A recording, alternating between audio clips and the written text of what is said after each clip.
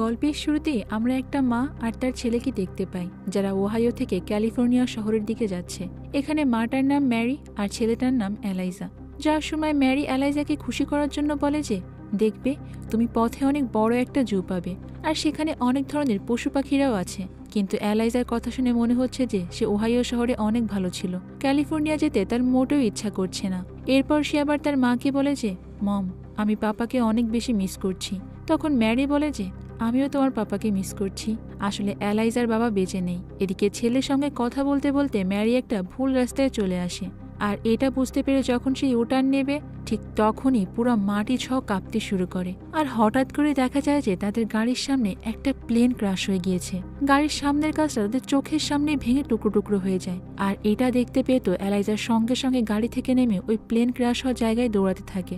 Mary তখন তাকে বারবার থামতে বলে, কিন্তু এলাইজা কথা না শোনায় ম্যারিও তখন তার পেছনে পেছনে ছুটে সেখানে যায় আর গিয়ে দেখতে পায় যে ওটা একটা পুরাতন যুদ্ধ বিমান। ম্যারি তখন তাড়াতাড়ি এখানকার লোকাল পুলিশকে কল করে আর দুর্ঘটনার সম্পর্কে জানিয়ে দেয়। ঠিক তখনই এলাইজার নজর পড়ে পাইলটের দিকে। সে তার মাকে বলে যে, পাইলট তো এখনও জীবিত আছে মম, আমাদের এক্ষুনি তাকে সাহায্য করা উচিত, আর না হলে কিন্তু সে আগুনে পুড়ে দ্রুতই মারা যাবে। তখন ম্যারিও এলাইজার সঙ্গে সঙ্গে দ্রুত প্লেনের কাছে যায় আর পাইলটও ততক্ষণে জ্ঞান ফিরে এসেছে। ম্যারি তাকে অনেক কষ্টে প্লেন থেকে বের করে। পুরো প্লেনেই তো আগুন ধরে গিয়েছিল, তাই যদি আর একটু দেরি হতো তাহলে হয়তো বা পাইলট এখানেই মারা যেত। ম্যারি এরপর তাকে একটু ফাঁকা জায়গায় নিয়ে আসে, আর এই লোকটার নাম হলো থিওডোর। সে আমেরিকান একজন সোলজার। সব থেকে আশ্চর্যজনক বিষয় হলো ইনি কিন্তু বর্তমান সময়ের নয়, সেই দ্বিতীয় বিশ্বযুদ্ধের সময়কার। পৃথিবীর কোনো একটা রহস্যের মাধ্যমে টাইম ট্রাভেল করে সে 2020 সালে পৌঁছে গিয়েছে, মানে তার সময় থেকে ভবিষ্যৎ সময়ে। তবে প্রবলেম কোথায় জানো, এটা কিন্তু ওই লোকটা বা ম্যারি প্রথমে কেউই বুঝতে পারছে না। তো যুদ্ধের সময় এই লোকটা আবার বার্মা মানে মায়ানমারের দিকে লড়াই করছিল, কিন্তু এখন সে পৌঁছে গিয়েছে তার শহর ওহাইওতে। থিওডোর তার জীবন বাঁচানোর জন্য ম্যারিকে ধন্যবাদ জানায় আর এরপর জিজ্ঞাসা করে যে, তোমরা কি ইংলিশ নাকি জার্মান? কিন্তু আমি তো আমেরিকা থেকে বিলং করি। এরপর আবার থিওডোর তাদেরকে পাগলের মতো বলতে থাকে যে, তোমরা এখানে কি করছো? জানো না বর্তমানে এখানে যুদ্ধ চলছে? আমি মাত্রই একটা জঙ্গি জাহাজকে ধ্বংস করে এসেছি। এলাইজা তখন বলে যে, আপনার কোথাও ভুল হচ্ছে আঙ্কেল, এটা কিন্তু বার্মা নয়, এটা ওহাইও শহর। কিন্তু এটা শুনে থিওডোর যখন আশেপাশে তাকায় তখন কোনো যুদ্ধের চিহ্নই দেখতে পায় না। সে তো পুরো অবাক হয়ে পড়ে যে আমি কোথায় আসলাম। সামনে একটা পানির ট্যাঙ্কে সে এখানকার নাম লেখা দেখতে পায়, আর এইবার সে সত্যি সত্যি চমকে যায়। এদিকে ম্যারিতে অলরেডি পুলিশকে খবর দিয়ে রেখেছে আর এখানকার লোকেশনও দিয়ে রাখে। ঠিক তখনই আমরা আকাশে একটা রঙিন মেঘের কুণ্ডলী দেখতে পাই, যা দেখে মনে হচ্ছিল যে এখান থেকে একটা পোর্টাল বা হোল তৈরি হয়ে গিয়েছে। এরপর দৃশ্য পরিবর্তন হলে আমরা থিওডোরকে হাসপাতালে দেখতে পাই, আর হাসপাতালে পুলিশ এসে ম্যারির কাছ থেকে পুরো ঘটনাটার বর্ণনা শুনছিল। ম্যারি বলে যে প্লেন ক্র্যাশ হওয়ার সঙ্গে সঙ্গে আমরা তাকে ওখান থেকে বাঁচিয়ে নিই, কিন্তু সে আমাদের সঙ্গে অদ্ভুত অদ্ভুত কথা বলছিল। সে নাকি কোথায় যুদ্ধ করছিল, এমনকি সে নাকি একটা জাহাজকেও ধ্বংস করেছে। তার কথা তো কেউই বিশ্বাস করছিল না, কিন্তু ছোট্ট এলাইজা শুধুমাত্র ভাবছিল যে সে হয়তো সত্যি কথাও বলতে পারে। তখন পুলিশ ম্যারিকে বলে যে, আমরা আপনাদের গাড়িটা ঠিক করে দেব আর এরপর আপনারা এখান থেকে যেতে পারেন। এদিকে এলাইজা তো থিওডোর রুমের বাইরে দাঁড়িয়ে তাকে দেখছিল, যেখানে আবার একজন পুলিশ তাকে পাহারা দিচ্ছিল। এলাইজা মনে করছিল যে আবার কোনো পাগল নয় তো। সে আস্তে আস্তে এরপর পুলিশের চোখ ফাঁকি দিয়ে থিওডোরের রুমে ঢোকে আর তার নেম প্লেটটা দেখতে পায়। আর ঠিক তখনই থিওডোরের জ্ঞান ফিরে আসে। সে এলাইজার হাত ধরে বসে আর এরপর তাকে জিজ্ঞাসা করতে থাকে যে, আমি কোথায় আছি? তোমরা আমাকে কোথায় নিয়ে এসেছো? এখানকার লোকেরা আমাকে আটকে রেখেছে কেন? আমার তো যুদ্ধে যেতে হবে, শত্রুপক্ষরা কাছাকাছি চলে এসেছে। এলাইজা তখন বলে যে, এখানকার লোকেরা মনে করেছে তুমি খারাপ মানুষ। আসলে সত্যি করে বলো তো, তুমি কি বাজে লোক? তুমি এখন ওহাইওর একটা হাসপাতালে আছো। আচ্ছা, তুমি কি আমাদেরকে মিথ্যা বলেছো যে তুমি একজন সৈনিক? তখন থিওডোর বলে যে, না না, আমি মিথ্যা বলবো কেন, আমি সত্যিই একজন সোলজার। তখন থিওডোর এলাইজাকে জিজ্ঞাসা করে যে, আচ্ছা, অনেক সময় কি পার হয়ে গিয়েছে? আমি কি ক্রিসমাসের ছুটিতে বাসায় এসেছি? তখন এলাইজা বলে যে, না না, সবে তো মাত্র সেপ্টেম্বর। থিওডোর তখন বলে যে, আমার যতদূর মনে পড়ে এখন তো সেপ্টেম্বর মাস না, আমাকে এক্ষুনি এখান থেকে যেতে হবে। তখন এলাইজা বলে যে, তুমি তো অনেক অসুস্থ, তোমাকে এখান থেকে এখন কেউ যেতে দেবে না। তো থিওডোরের পর এলাইজাকে বলে যে, তুমি প্লিজ আমাকে এখান থেকে বের হওয়ার জন্য সাহায্য করতে পারবে? আর এরপর সে এলাইজাকে একটা চকলেট বের করে দেয় আর বলে যে, এটা আমার ওয়াইফ আমাকে দিয়েছিল। এটা যখনই আমার কাছে থাকে আমার সঙ্গে খারাপ কিছু ঘটে না, এটাকে আমি আমার গুড লাক বলেই মনে করি।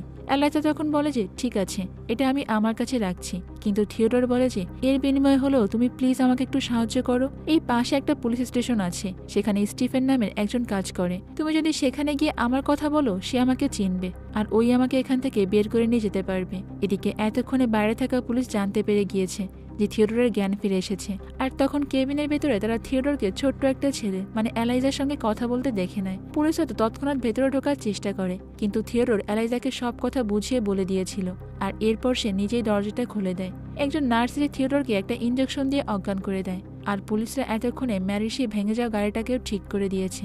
এরপরেই ম্যারি তার ছেলেকে নিয়ে আবার তাদের গন্তব্যের উদ্দেশ্যে রওনা শুরু করে, কিন্তু এলাইজার তো থিওডরে বলা প্রত্যেকটা কথাই মনে আছে। সে ম্যারিকে বলে যে মম, আমাদের ওই লোকটাকে সাহায্য করা উচিত। আমার মনে হচ্ছে সে সত্যি কথা বলছে।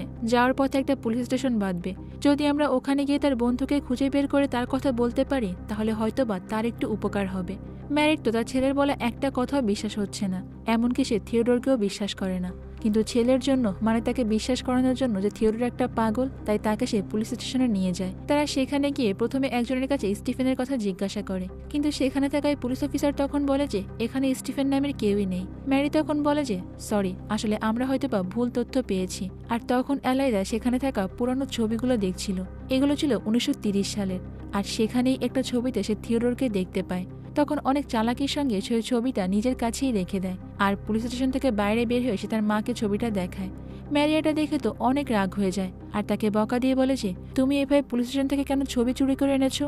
এটা কিন্তু মোটেও তোমার উচিত হয়নি। আমি কি তোমাকে এই শিক্ষা দিয়েছি যে কোনো জিনিস না বলে তুমি নিয়ে নেবে? আর ম্যারি তো কোনোভাবেই মানছে না যে ওটা থিওডরের ছবি। ম্যারি বলছিল যে আমার মনে হয় তার দাদা হবে হয়তোবা, যে এখানে আগে চাকরি করতো, এই জন্যই তাদের চেহারা একরকম। তুমি ছবিটা এনে অনেক ভুল করেছো। অন্যদিকে দেখা যায় একটা সিক্রেট সার্ভিসের অনেকে গাড়ি নিয়ে সেই প্লেন ক্র্যাশ হওয়ার জায়গায় পৌঁছে গিয়েছে।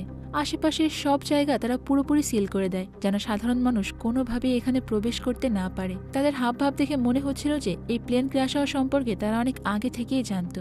এই মিশনটাকে বিল নামের একজন লিড করছে, আর তার অ্যাসিস্ট্যান্ট ছিল নিনা। তারা মনে করছিল যে এটা হয়তোবা একটা সত্যি কাহিনী, মানে থিওডর হয়তো সত্যি সত্যি অতীত থেকে বর্তমানে চলে এসেছে। একটু পর্যবেক্ষণ করার পর বিল সেখানকার সবাইকে বলে যে ওই পাইলটের ওপর নজর রেখো, আমার মনে হয় তার কাছ থেকে আমরা বিভিন্ন ধরনের তথ্য পেতে পারি।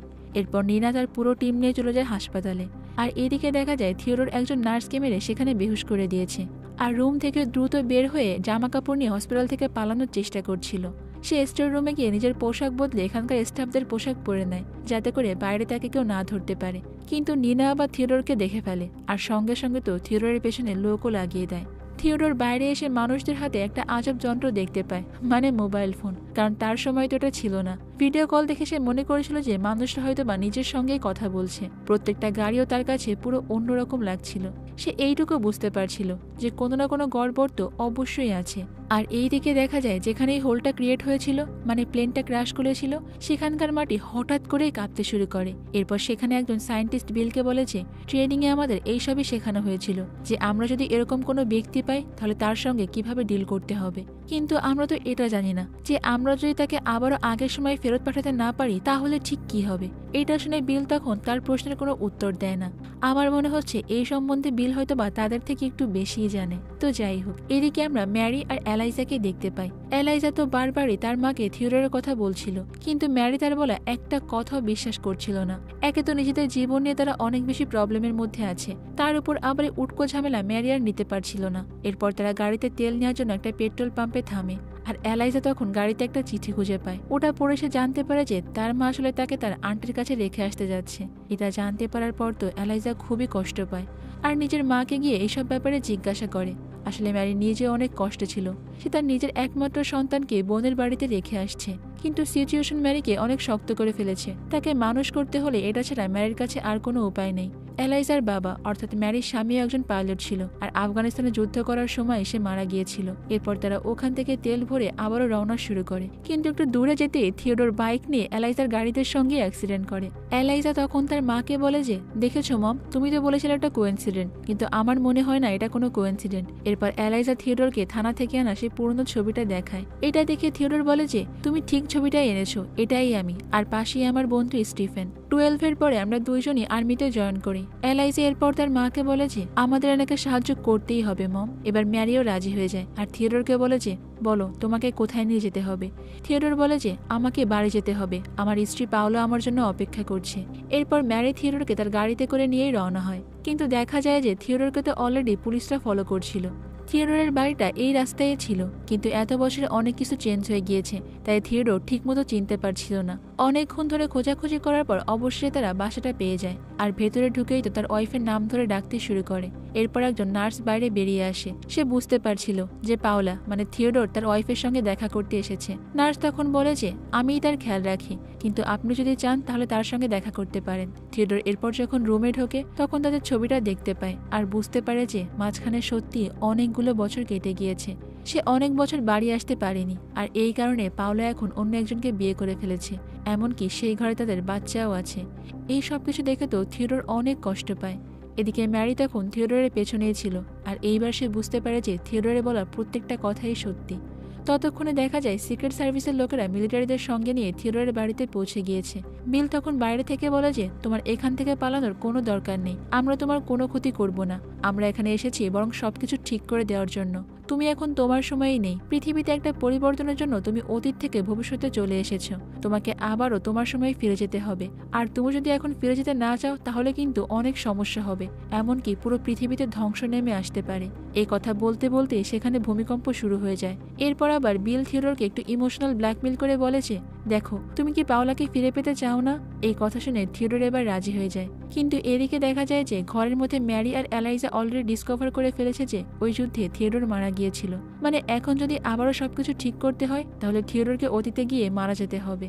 এটা দেখেই তো এলাইজা তখন ভেতর থেকে দৌড়ে বাইরে চলে আসে আর থিওডোরকে বলে যে তুমি এখান থেকে অতীতে ফিরে যাবে না, তুমি যদি সেখানে যাও তাহলে কিন্তু তোমার মৃত্যু হবে। আমরা নিউজে দেখেছি সেখানে স্পষ্ট লেখা আছে বার্মার ওই যুদ্ধে তুমি মারা গিয়েছিলে। এটা শুনেই তো থিওডোর এলাইজাকে নিয়ে সেখান থেকে গাড়ি নিয়ে পালিয়ে যায়, আর সিক্রেট সার্ভিসের লোকেরাও তখন তাদেরকে ফলো করে। থিওডোর তো অনেক জোরে গাড়ি চালিয়ে একটা নদীর কিনারায় এসে পৌঁছায়। এলাইজাও তখন থিওডোরের সঙ্গেই ছিল। তার অনেক ভালো লাগছিল, কারণ থিওডোরের মধ্যে এলাইজা তার বাবাকে দেখতে পাচ্ছিল। আর একটা বাচ্চার কাছে তো এটা আসলে অনেক বেশি ইন্টারেস্টিং একটা জিনিস যে অতীত থেকে কেউ বর্তমানে চলে এসেছে, তাই এলাইজা এই বিষয়টাকে বেশ এনজয় করছিল। এরপর তার একটা ঝর্ণার কাছে চলে আসে, আর এখানে অনেক সুন্দর একটা ভবন আছে। তখন থিওডোর এলাইজাকে বলে যে যুদ্ধে যাওয়ার আগে আমি পাওলোর সঙ্গে এখানে প্রায় সময় কাটাতাম, কিন্তু এখন তো এগুলো মনে করে লাভ নেই, আমি ওই সময়টাকে বড্ড বেশি মিস করি। আসলে থিওডোর আবারও তার অতীত সময় ফিরে যেতে চাচ্ছিল যখন পাওলা তার সঙ্গে ছিল। এলাইজা তখন থিওডোরকে তার বাবার সম্পর্কে বলে যে আমার বাবাও আপনার মতো একজন পাইলট ছিলেন, সে একটা যুদ্ধে মারা গিয়েছে। আমার মনে হচ্ছে যে তুমি যে অতীত থেকে বর্তমানে ফিরে এসেছো এর পেছনে অবশ্যই কোনো উদ্দেশ্য আছে। এরপর সে থিওডোরকে আরও বলে যে যদি তোমার অতীতে ফিরে যেতেই হয় তাহলে তুমি অবশ্যই কিছু জিনিসপত্র সঙ্গে করে নিয়ে যাবে আর সবসময় সতর্ক থাকবে যাতে করে তুমি সেখানে বেঁচে থাকতে পারো। এদিকে সিক্রেট সার্ভিসের লোকেরা তো ম্যারিকে তাদের সঙ্গে হেডকোয়ার্টারে নিয়ে যায়, আর এইখানে ঘটনাটা পুরোপুরি ক্লিয়ার হয়ে যায়। তখন নিনা সবাইকে বলে যে ওই লোকটা অতীত থেকে আমাদের এখানে ফিরে এসেছে, যাদেরকে আমরা রিফট বলে থাকি, আর এরকমটা কিন্তু আগেও একবার ঘটেছে। যদি আমরা এই মানুষটাকে আবার অতীতে ফেরত পাঠাতে না পারি তাহলে কিন্তু পৃথিবীর উপর ধ্বংস নেমে আসবে। বর্তমানে দেখছো না কি পরিমাণ ভূমিকম্প হচ্ছে, ওটার আসল কারণই হলো এই রিফট। আমাদেরকে যে করে হোক থিওডোরকে আবারও ফেরত পাঠাতে হবে, আর ঠিক ওইভাবে যেভাবে সে বর্তমান সময়ে এসেছে। আমাদের কাছে আর কয়েক ঘন্টা মাত্র বাকি আছে, আর না হলে কিন্তু একসময় এখানে যত মানুষ আছে সবাই মারা যাবে। ম্যারির তো এই কথা শুনে খুবই চিন্তা হচ্ছিল, কারণ এলাইজা তখন থিওডোরের সঙ্গেই ছিল। এরপর দেখা যায় যে সন্ধ্যার সময় এলাইজা আর থিওডোর সিক্রেট সার্ভিসের হেডকোয়ার্টারের সামনে চলে আসে। তখন ম্যারি তাদেরকে বুঝিয়ে বলে যে দেখো তোমার এই দুনিয়া আসার পেছনে কোনো না কোনো কারণ আছে, যদি তুমি আবারও ফিরে না যাও তাহলে কিন্তু আমরা সবাই এখানে শেষ হয়ে যাব। ম্যারির কাছে এইসব কথা শুনে এবার থিওডোর রাজি হয়ে যায় আবারও তার সময় ফিরে যেতে, কিন্তু যাওয়ার আগে সে পাওলোর সঙ্গে একবার দেখা করে যেতে চায়। বাসায় যাওয়ার পর দেখতে পায় যে পাওলো এখন পুরো বৃদ্ধ হয়ে গিয়েছে, আর থিওডোরকে দেখে পাওলো অনেক ইমোশনাল হয়ে পড়ে। তার কাছে সবকিছু কেমন যেন স্বপ্ন মনে হচ্ছিল। এখনো পর্যন্ত তার লকেটটার ভেতরে সে থিওডোরের ছবিটা রেখে দিয়েছে, আর এরপরেই সময় চলে আসে থিওডোরের আবারও অতীতে ফিরে যাওয়ার সময় থিওডোর ম্যারিকে বলে যায় যে তুমি কিন্তু কখনো এলাইজাকে একা ছাড়বে না, অনেক লক্ষ্মী একটা বাচ্চা সে। থিওডোরের সেই ক্রাশ হয়ে যাওয়া প্লেনটাকে আবারও ঠিক করে দেওয়া হয়েছে। তাদের কাছে এখন সময় খুবই কম, তাই থিওডোর দ্রুত প্লেনের দিকে চলে যায়। বিল তখন থিওডোরকে বলে যে ভালো করে মনে করে নাও তুমি তোমার অতীতের কিছু এখানে ফেলে রেখে গিয়েছো কিনা, কারণ কোনো কিছু এখানে রাখা যাবে না। ঠিক তখনই থিওডোরের মনে পড়ে যায় পাওলোর দেয়া সেই চকলেট বাটার কথা যেটা সে এলাইজাকে দিয়েছিল। সে দৌড়ে গিয়ে এলাইজার কাছে ওটা ফেরত যায়, কিন্তু এলাইজা বলে যে আঙ্কেল আমি তো ওটা খেয়ে ফেলেছি। এটা শুনে সেখানে থাকা সবাই অনেক টেনশনে পড়ে যায় যে এখন তাহলে কি হবে। কিন্তু থিওডোর তখন সবাইকে আশ্বাস দিয়ে বলে যে ভয় পেন না আপনারা কেউ, যেহেতু বাচ্চা ছেলেটা এটা খেয়ে ফেলেছে তাই আমার মনে হয় না কোনো সমস্যা হবে। এরপর সে আবারও প্লেনে গিয়ে বসে পড়ে আর সোজা ঠিক ওই সময়ে চলে যায়, মানে দ্বিতীয় বিশ্বযুদ্ধের সময়, যেখান থেকেই সে বর্তমান পৃথিবীতে চলে এসেছিল। মেরি আর এলাইজা নিচে দাঁড়িয়ে এই দৃশ্য দেখছিল, আর এলাইজার তখন থিওডোরের জন্য খুবই মন খারাপ লাগছিল। এদিকে বিল চিন্তা করেছিল যে যদি থিওডোর ঠিকভাবে না পৌঁছায় তাহলে এখানে থাকা সবাই মারা যাবে, কিন্তু কিছু সময় পরে দেখা যায় যে আকাশে সেই কুণ্ডলীটা নিজে থেকেই ঠিক হয়ে গিয়েছে, মানে থিওডোর হয়তো ঠিকভাবেই তার সময় পৌঁছে গিয়েছে।